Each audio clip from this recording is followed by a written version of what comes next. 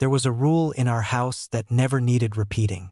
Not because I obeyed it, because I never dared to break it. Don't go in the basement. That was it.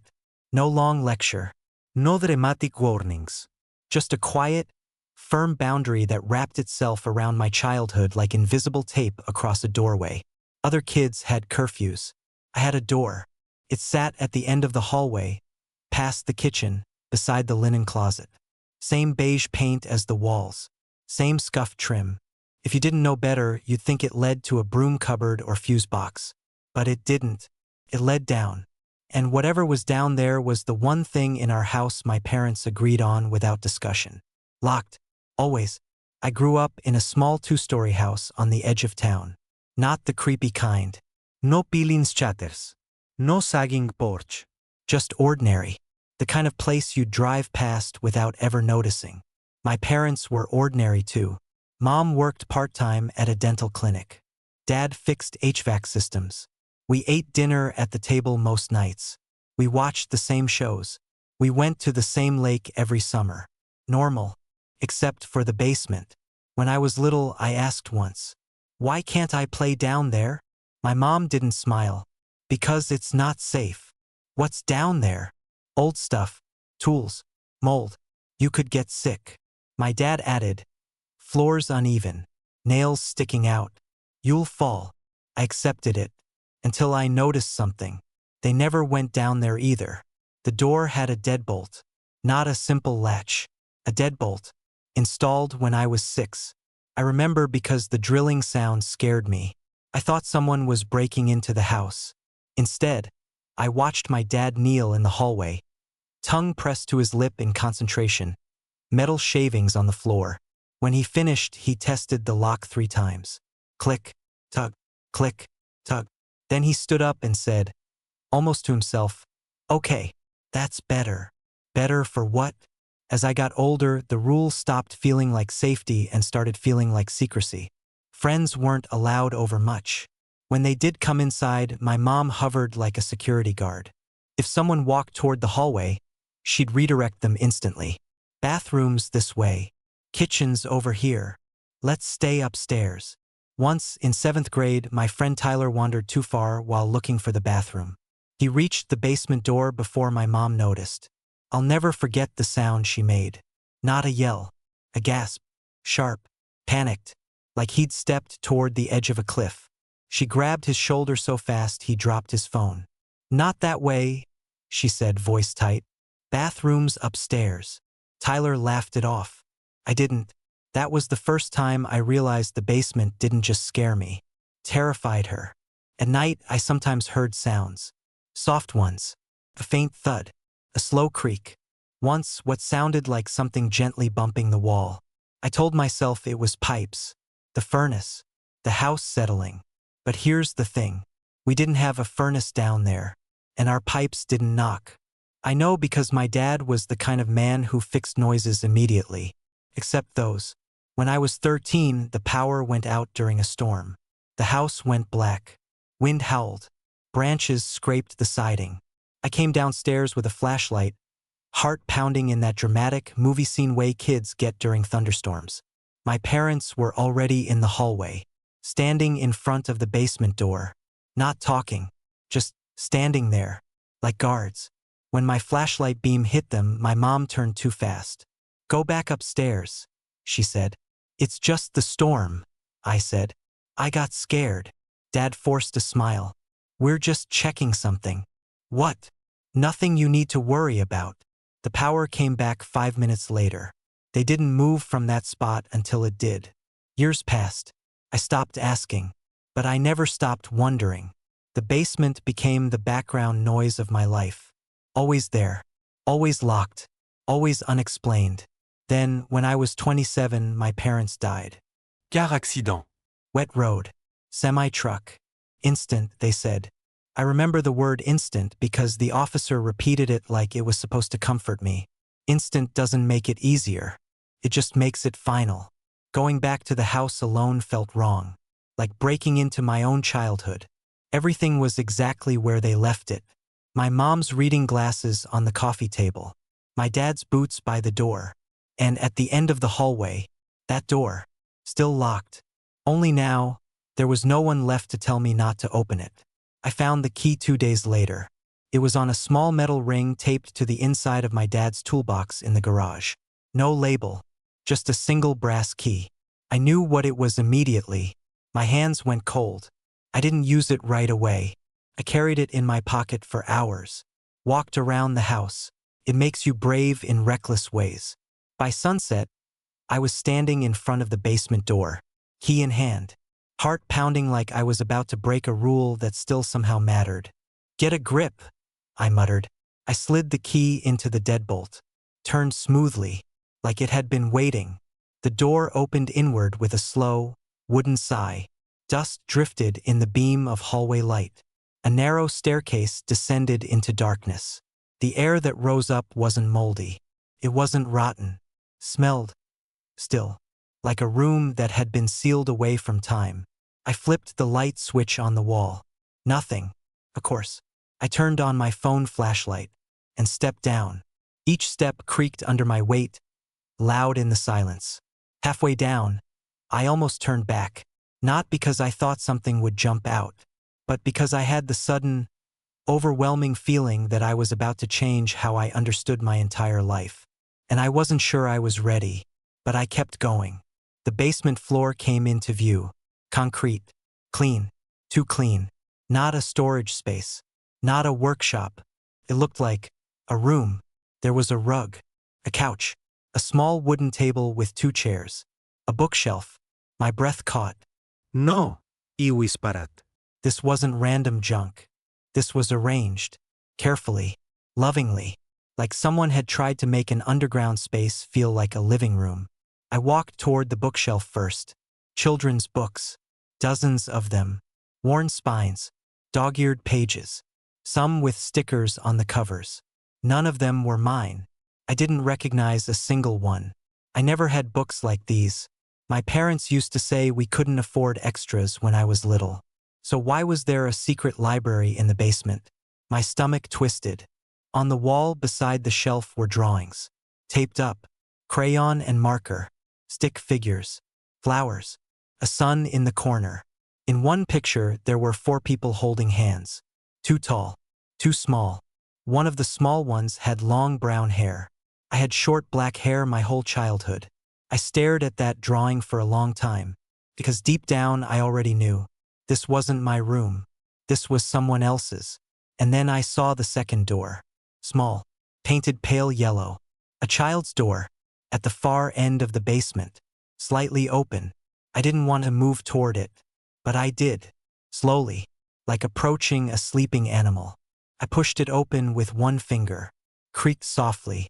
Inside, a bedroom, tiny bed with a pink blanket, glow-in-the-dark stars on the ceiling, stuffed animals lined against the wall, a dresser with a hairbrush and colorful clips. I felt like I'd stepped into a paused life, like whoever lived here had just vanished mid-childhood. On the dresser sat a framed photo. I picked it up, and my knees almost gave out. It was my parents, younger, sitting on that basement couch, smiling, and between them, a little girl, about 6 years old, brown hair in messy braids, gap-toothed grin. She looked happy. She also looked exactly like me. Not similar. Not could be related. Exactly. I sank onto the tiny bed, the mattress springs squeaking under my weight. My brain raced, trying to build a story that made sense. Adoption? Foster care? A relative? But why hide her? Why down here? Why pretend she never existed? I turned the photo over. Written on the back in my mom's handwriting. First safe birthday. Safe. From what? I stumbled back into the basement living area, heart pounding so hard it made my vision pulse. On the small table sat a stack of papers. Old, yellowed, newspaper clippings. I picked one up, and the world tilted. Local girl missing. Search enters 3rd week. Below the headline was a school photo. Same girl, same braids, same smile. Her name was Emily Carter, age 7. Last seen walking home from school. My hands shook as I read. No suspects. No leads. believed abducted. 30 years ago, 3 years before I was born, I dropped into the chair. The air felt too thin. My parents had a missing child living in their basement. Not trapped, not chained, hidden, protected, raised, loved, and the world never knew. I stared at the photo again, at her smile, at their smiles, and a single thought pushed through the fear. If they were hiding her, who were they hiding her from? I didn't hear the floorboard creak above me. I didn't notice the shadow shift at the top of the basement stairs. I didn't realize I wasn't alone in the house. Now the truth about Emily, my parents, and the basement is only the beginning. Hit subscribe so you don't miss what happens next. I didn't breathe. That was my first memory of the moment I realized someone else was in the house. Not a sound, not a scream, just my lungs stopping. Because there it was again. The faint creak. Directly above me. The living room floor. I turned off my phone flashlight without thinking, plunging the basement into darkness, so complete it felt like water closing over my head. Every childhood fear I'd ever laughed at came crawling back at once. The house had been empty for weeks. I was supposed to be alone, but someone was upstairs, moving, slow, careful, like they knew the place, like they didn't want to be heard. My mind ran through possibilities. Burglar, squatter, neighbor checking in. But none of them explained why the footsteps paused directly above the basement door. Waiting, listening, the same way my parents had during storms. My throat went dry. Had someone else known about this place? About the room? About Emily? A soft thud sounded overhead. Then silence again. Minutes passed. Or maybe seconds. Grief does strange things to time. So does fear. Finally, I forced my lungs to work again and turned my flashlight back on, this time dimmed low. I scanned the basement one more time, noticing details I'd missed before. A kettle on a small electric hot plate. Folded blankets stacked neatly. Board games on a shelf. This wasn't just a hiding place. This had been a home. A long-term one. I swallowed hard and moved toward the stairs. Every step upward felt like surfacing from deep water. At the top, I stopped. Listened. Nothing. I eased the basement door open. The hallway looked exactly as I'd left it. Soft evening light through the kitchen window. The hum of the refrigerator. Normal. Too normal. Hello, I called, hating how small my voice sounded. No answer. I checked every room. Closets. Bathroom. Garage. Empty. Doors still locked from the inside. Windows sealed. No sign of forced entry. No muddy footprints. No displaced dust. If someone had been here, they hadn't come from outside. A chill crawled up my spine. I turned slowly toward the hallway, toward the basement door still standing open behind me. And for the first time since unlocking it, I noticed the second keyhole. Lower, child height, hidden in the trim. I stared at it. There had been two locks. One at adult height. One low enough that a child could reach it from the inside. My heart pounded so hard it hurt. The basement hadn't been locked to keep someone out. It had been locked so someone inside could lock it themselves. I went back down. Not because I wanted to, because I needed to know everything. I started searching more carefully. Drawers, boxes, under cushions, inside books. In a small cabinet near the couch, I found a plastic storage bin filled with VHS tapes, each labeled in black marker. E 8th birthday. E 1st day of school. E Christmas morning. I didn't remember a camera in our house growing up. We never had home videos. My parents said they were a waste of money. But here were dozens, documenting a childhood I'd never known existed. Hands shaking, I grabbed the small TV from upstairs and carried it down along with the old VCR from the garage. Dust puffed into the air when I plugged it in. The screen flickered blue. I slid in the first tape. Static. Then, a living room. Not the basement. Upstairs. Decorated with balloons. A banner that said, "Happy 8th birthday, Emily." My mom stepped into frame, younger, smiling wide in a way I'd only seen in old photo albums. Behind the camera, my dad laughed.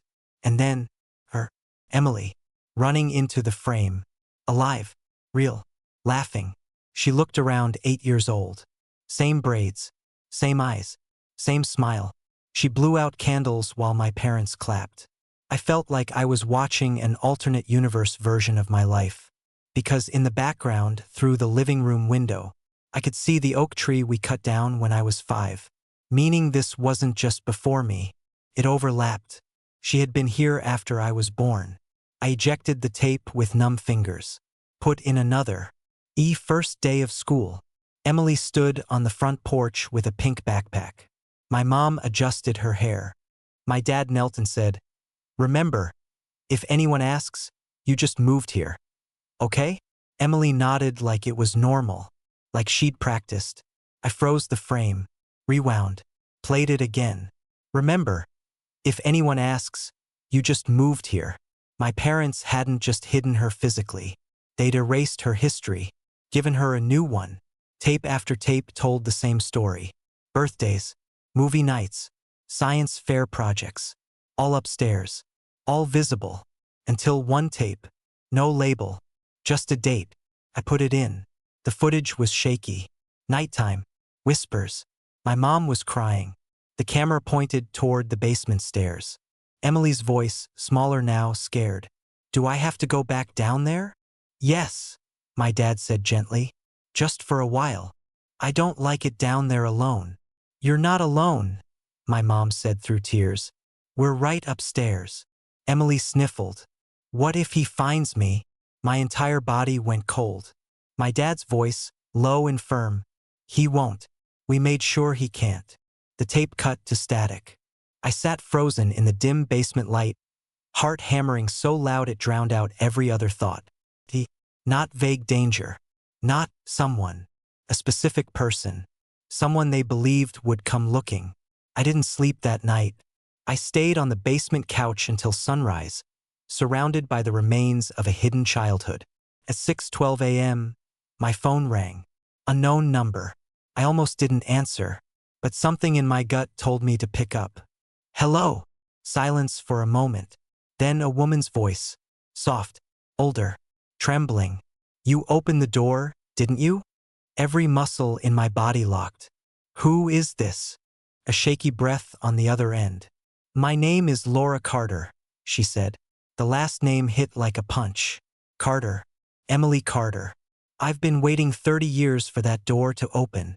My voice came out barely above a whisper. "How did you get my number?" "I never stopped watching that house." Tears filled her voice, but not in a threatening way, in a grieving way. "They promised me she was safe. I just didn't know if she was alive." My mind spun. "You knew my parents?" "I begged them to take her," she said. "I couldn't protect her from him, but they could disappear. They had the resources, the distance." "From who?" A long pause. Then, "My husband." The word landed heavy. "He was a police officer," she continued. "Respected, trusted, violent when no one was looking." My chest tightened. "He hurt her," Laura whispered. "I tried to leave. He said if I did, he'd make sure no one ever found her body." I felt sick. "So you gave her to my parents?" "They staged the abduction," she said. "A distraction. While she was missing, they drove her across state lines, changed her name, homeschooled her at first, then slowly let her be seen." My head reeled. "They saved her life," Laura said, voice breaking. "But the deal was, I could never see her again. If he suspected I knew where she was, he'd start hunting." I looked around the basement. The safe space, the books, the bed, the love. "And the basement?" I asked. "He was obsessed," Laura said. "He never believed she was really gone. He thought she was being hidden. He checked schools, hospitals, relatives." Her voice cracked. "So they built a place no one would think to look." I closed my eyes. The fear in my mom's gasp. The way my dad stood guard during storms. They weren't hiding a secret from the world. They were hiding a child from a monster with a badge. "She grew up?" I asked. "Yes," Laura said, crying openly now. "She turned 18. They helped her get new documents. She left the state. I got one letter from her. Just one." My throat tightened. Do you know where she is now? A pause. Yes, Laura said. She lives 3 hours from you. My heart pounded. She has a family, 2 kids. She works at a library. Covered my mouth with my hand. Alive, happy, safe. All because my parents locked a basement door. Why are you calling now? I asked. Because your parents are gone, Laura said gently. And that means he might start looking again. Ice ran through my veins. He's still alive? Yes. And he never stopped believing she was out there. I looked at the drawings on the wall again. At the little bed. At the love frozen in time. What do we do? I asked. Laura's voice steadied. We make sure he never finds her. My pulse thudded in my ears. How? There was a long silence. Then she said the words that changed everything. We tell the truth. Now everything comes together. Emily, the past, and the secret my parents carried to their graves. Subscribe so you don't miss the final part. For a long time after Laura hung up, I just sat there on the basement floor. Phone in my hand. Heart somewhere in my throat. All my life, I thought my parents were hiding something dark. Something shameful. Something cruel. But now the shape of the truth was shifting into something else entirely. They weren't jailers. They were guardians. And the door at the end of the hall hadn't been a prison. It had been a shield. I went upstairs when the sun was fully up, light spilling through the kitchen windows like the house had exhaled for the first time in decades. I made coffee with shaking hands and sat at the table where my parents used to read the newspaper every morning. I looked at their empty chairs. And for the first time since the accident, I didn't feel abandoned.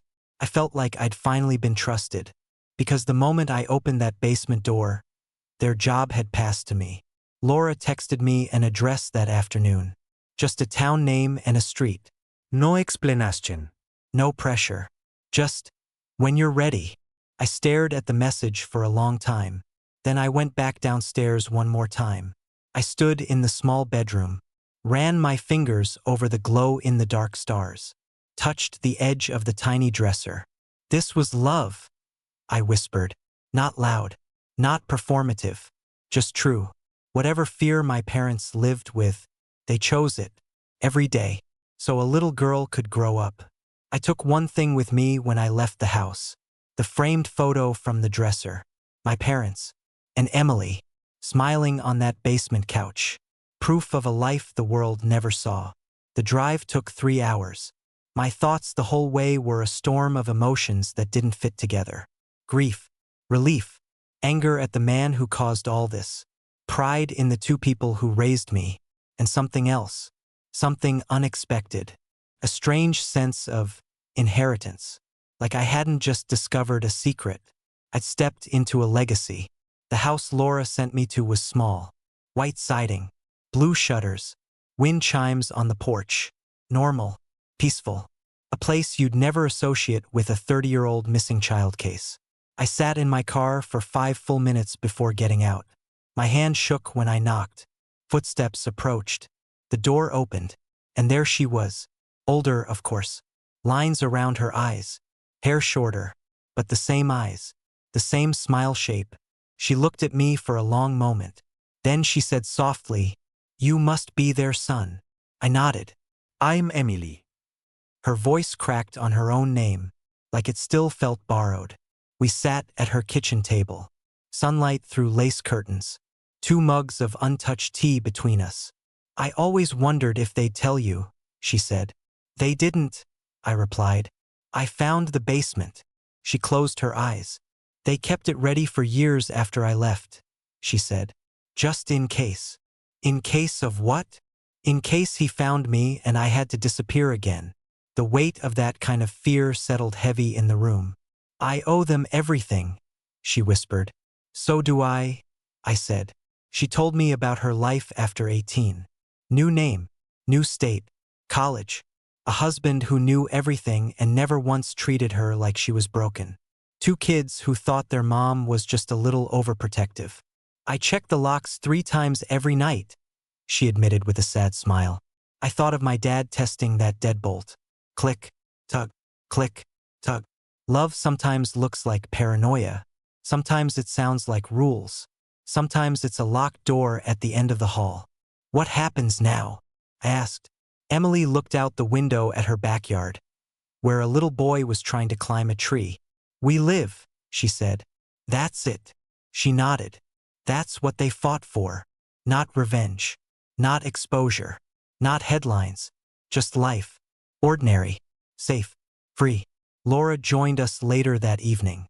The reunion between mother and daughter was quiet, tearful, full of apologies no one needed to say out loud. I stood back and watched, feeling like a witness to something sacred. Not the end of a tragedy, the survival of one. Before I left, Emily handed me a small box. Inside was a key, old, brass, worn smooth. The second lock, she said. The one on the inside. I turned it over in my palm. I kept it all these years, she said.